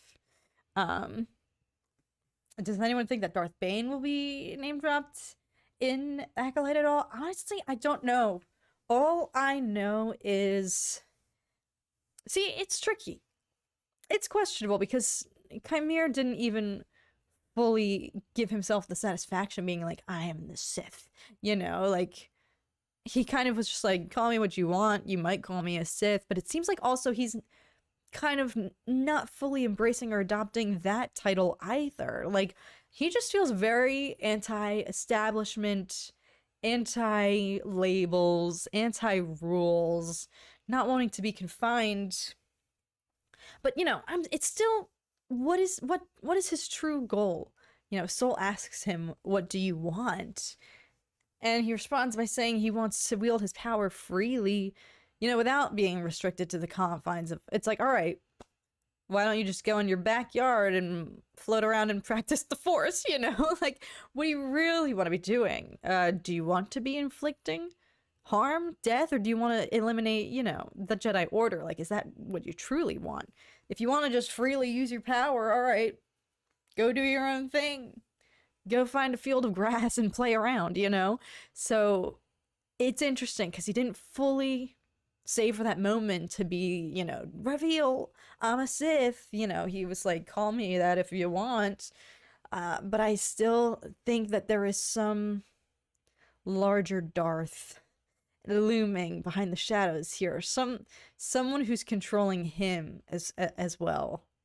You know, because it's like he wants a pupil, then it's like, all right, well, who trained him? You know, who was his... Is he still a pupil himself? Perhaps. I think that's what this could be leading towards. I saw somebody theorize, or maybe somebody commented this, I forget where I saw this, I can't take credit for it, but I had read somebody else suggest that perhaps Kamir is so desperately seeking a pupil so that he can train them to then team up with him to overthrow whoever his current master is. So I do genuinely believe that there's still, whether there is a Darth, you know, pulling the strings behind the scenes, I think there is. I don't know. He didn't have Sith eyes either. That's actually such a good point, Charlie. Holy frick. I haven't seen anybody say that yet. That's so true. Seems like the Jedi could have told him that he was capable of bad things and then let him go, so he's making them pay. That's a good point, Alice, because it's like, yes, it's like, all right, why does this feel so personal towards the Jedi? You know, this could actually, all right, we could be onto something, folks. All right, back to making a prediction that I don't think might happen, but I feel more certain that this could be in the works. A shared character trait. You know, him and Osha. How few... We know this thanks to that absolutely unhinged trivia that Tom and I did a few months ago on Dork Discourse to celebrate our 50th episode. We did like the hardest freaking Star Wars trivia, but one of the questions I learned that I can keep bringing up now is that by the time we get to Count Dooku's era, only 20 other Jedi had pieced out by then.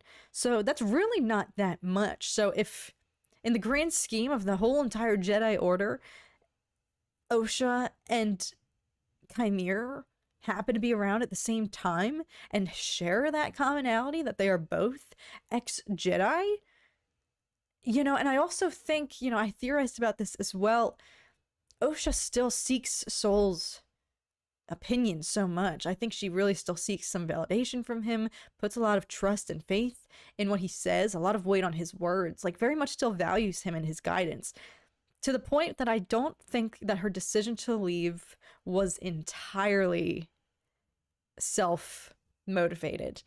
You can kind of sense there's a little bit of tension when she's being interrogated in episode 1 by, rest in peace, Yord and his Padawan Tazi Loa, but, you know, there's kind of a weird undertone there of like, oh, you left, and she kind of really owns it and defends it, but there seems to be a little bit of a subtext of like insecurity there, perhaps. She does say with conviction, I left, it was my decision to leave, but I feel like if you have to emphasize something that much, you could be masking what the true reasons were. So the fact that she still, I feel like if she really, it was fully a self motivated decision to leave the Jedi Order, she wouldn't have this much. I mean, granted, you know, Ahsoka left, and she still really valued Anakin and everything that she had learned from him. So perhaps that's unfair to assume that just because you leave, it means you hate your master and no longer put the same, you know, value to their words. But she still really seems to value Soul. So my prediction is I don't think her leaving was entirely her own decision. I feel like there could have been third parties there chirping in her ear, kind of encouraging her, like, especially because she gave up everything. This was her only her newfound family, you know, the Jedi. Those circumstances especially, you would think, well, why would she leave other than the fact that she can't move past her own grief? And so perhaps somebody had to nudge her along to be like, you're just not cut out for this and we can't keep you around anymore. So all this, where I'm going with this is, I don't think Osha necessarily left the Jedi on her own accord 100%. I think there was some encouragement to leave, which would, I'm sure, harbor some feelings of resentment, like, F them, I'm not good enough for them, you know, like, why can't they just let me mourn my family in peace while still pursuing this lifestyle? I've lost everything, you know? So if there was a slight sense of her being kicked out and heavily encouraged to leave, I'd have resentment. If that's all I had left in life was the Jedi. And so clearly, if Kamir has similar circumstances and he was fully kicked out, you know, I feel like he could awaken that, you know, kind of festering resentment in Osha. You know, I don't think her circumstances of her leaving the Jedi are still also up in the air, questionable, and I don't fully believe that it was her own accord that inspired her to part ways and peace out. You know, especially since she suggests, like, you know, leaving the Order wasn't easy and life hasn't been easy since, you know? Those skills aren't transferable. What the frick am I supposed to do with my life? It's not like I got a college degree in something useful, you know? So it's like, it's clear that life was hard for her too, trying to then acclimate to just being a citizen and whatnot. And what the frick is she supposed to do now that she just spent her formative years learning skills that can't really apply to the real working world? So, you know, perhaps, I mean, that would definitely be very coincidental if both Osha and Kamir, you know, two of the allegedly 20 Jedi that left the Order over the course of its history, by, you know, by the time we get to Count Dooku, if they were around at the same time, you know, Kamir could totally exploit that and play into that. So perhaps, I don't know, I would be in favor of that would explain why he seemingly has a personal out for them. He's personally seemingly offended by the Jedi, and, you know, again, wasn't just eliminating them for fun, but he was really making a statement of it and brutally, you know, terrorizing them. You know. So, have we actually seen Osha use the Force aside from a Force sense? Good point, Stanley's. I think she tried in episode. Was that in episode 1 when she's trying to escape the ship before it crashes and she tries to go reach for Pip, but she can't do it successfully? But that's a good point too. You know, she seemed to be resistant to that type of training and whatnot when she was in the Coven, versus May was embracing it during their childhood. So maybe Osha thought the grass would be greener on the other side, but realized it still wasn't, you know, she wasn't getting what she wanted out of it. Didn't think it was as cool. That's the whole thing about the Jedi, and it's just like their story, you know, Osha and May, Osha in particular, serves as a really poignant example of how ethical are the Jedi practices of taking children from their homes. Who are they to critique the Coven, you know, just wanting to do the same thing for their self-preservation, to keep themselves going. The twins were their only freaking hope at sustaining. And then the Jedi just still couldn't let them have that, you know? Where was I going with this? But the morality of suggesting we don't take children. Yes, you could argue that every child goes willingly, but no, I would not argue that. Ahsoka Tano was an infant, couldn't even speak. Who's to say they're going willingly? You know, perhaps it's just, all right, sure, if you get the parents' permission, oh, that means they're not taking them. The parents let them. I don't know. It's tricky. They have rules for Star Wars, and I'm surprised that they allowed Kylo Ren's music to be in this show. I'm not complaining, but people might be getting fired for letting that pass. Really? I don't know. Oh, if there's like copyrights or whatnot, I didn't even think about that. Hopefully not. That was a cool tidbit. That was a cool moment. But yeah, I wonder who signs off on that, or if that's intentional, you know? Because inevitably, if you're going to play the theme of another main character in a series that is focusing on individuals who are alive generations, hundreds of plus years prior to said character, it's inherently going to draw some sort of connection, raise some sort of questions about whether there is a some sort of tether, some sort of link. Did that help? Yes, sorry. I'm still navigating my lights in the background here. Those ones. They get very, very bright, and it was a little bit overexposed, so I just turned them down a bit to see. Kids can be easily influenced. Agreed, Blue Winter, which is like, I also was a little bit interested as well. You know, Osha and May were seemingly not much younger than Anakin in The Phantom Menace, and they were by the time they get to him, they're like, this is a liability. We can't take you because you're too old. Osha and May didn't seem much older. But yeah, it's like, it's one thing to go take babies who don't know any better, who don't have any connection with their family, have no core memories yet, aren't even sentient, you know? Barely conscious. It's one thing to do that, but to then, there's so many different layers to it. So for, you know, Osha and May, it's a similar situation, that these Jedi seemingly had absolutely no hesitations about, you know, testing them and trying to recruit them, in spite of the fact that they were similarly aged as Anakin and clearly still very, you know, very connected to their family here and, you know, their mother and whatnot, their coven.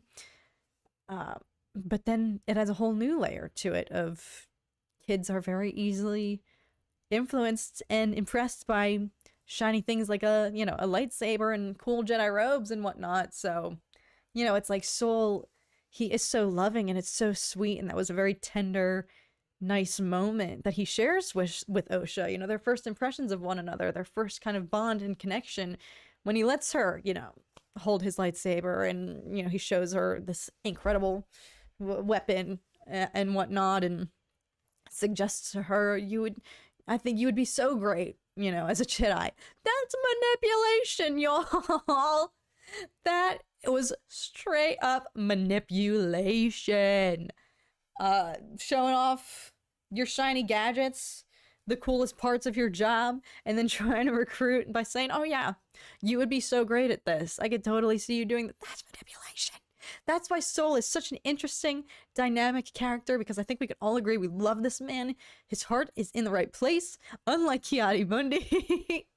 His heart seems to have always been in the right place. He's so pure, he's so sweet, but underneath all that compassion, if you really dissect what he's doing, it's manipulative, and that boils back down to, I think he had something to do with tampering with or manipulating Osha's memories in favor of her.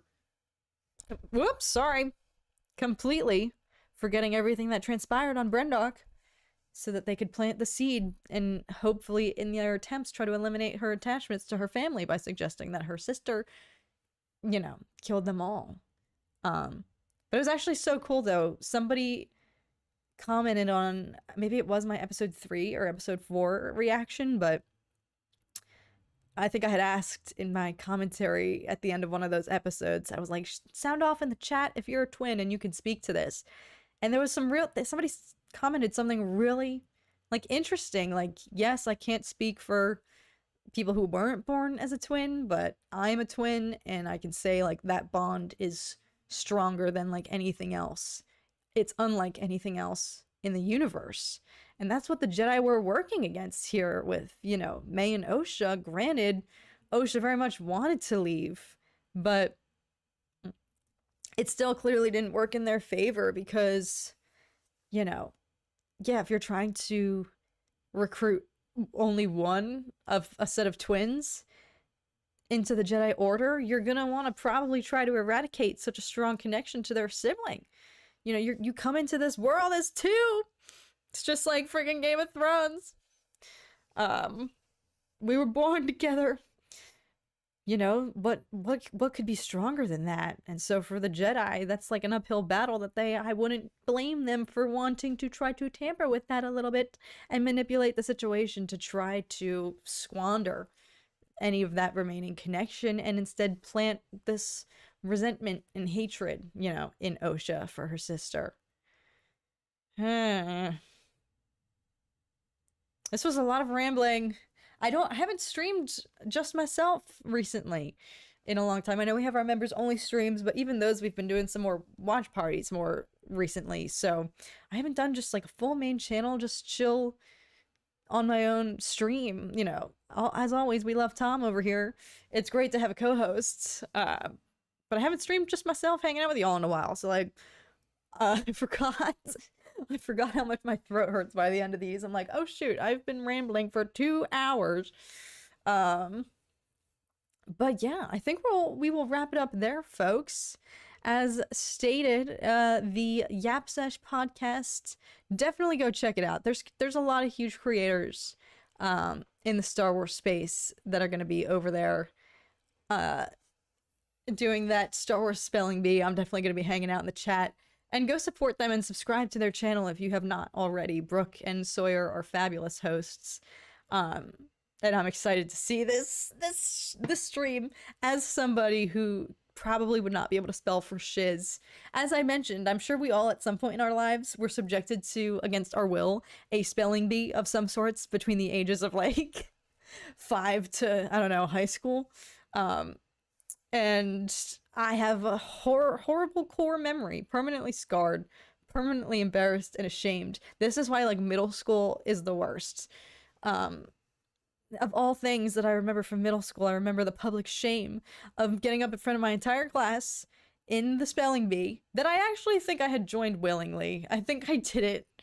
I was like, why were some people watching and why were some of us actually doing it? And now I think I'm remembering that it was a sign up at your will situation, but I literally got eliminated on the word abracadabra, you guys. And I've never forgiven them to this day because F that. What the F is that? Not a real world word. That's what I think. That's how I feel about that. Abracadabra, my I don't want to say it.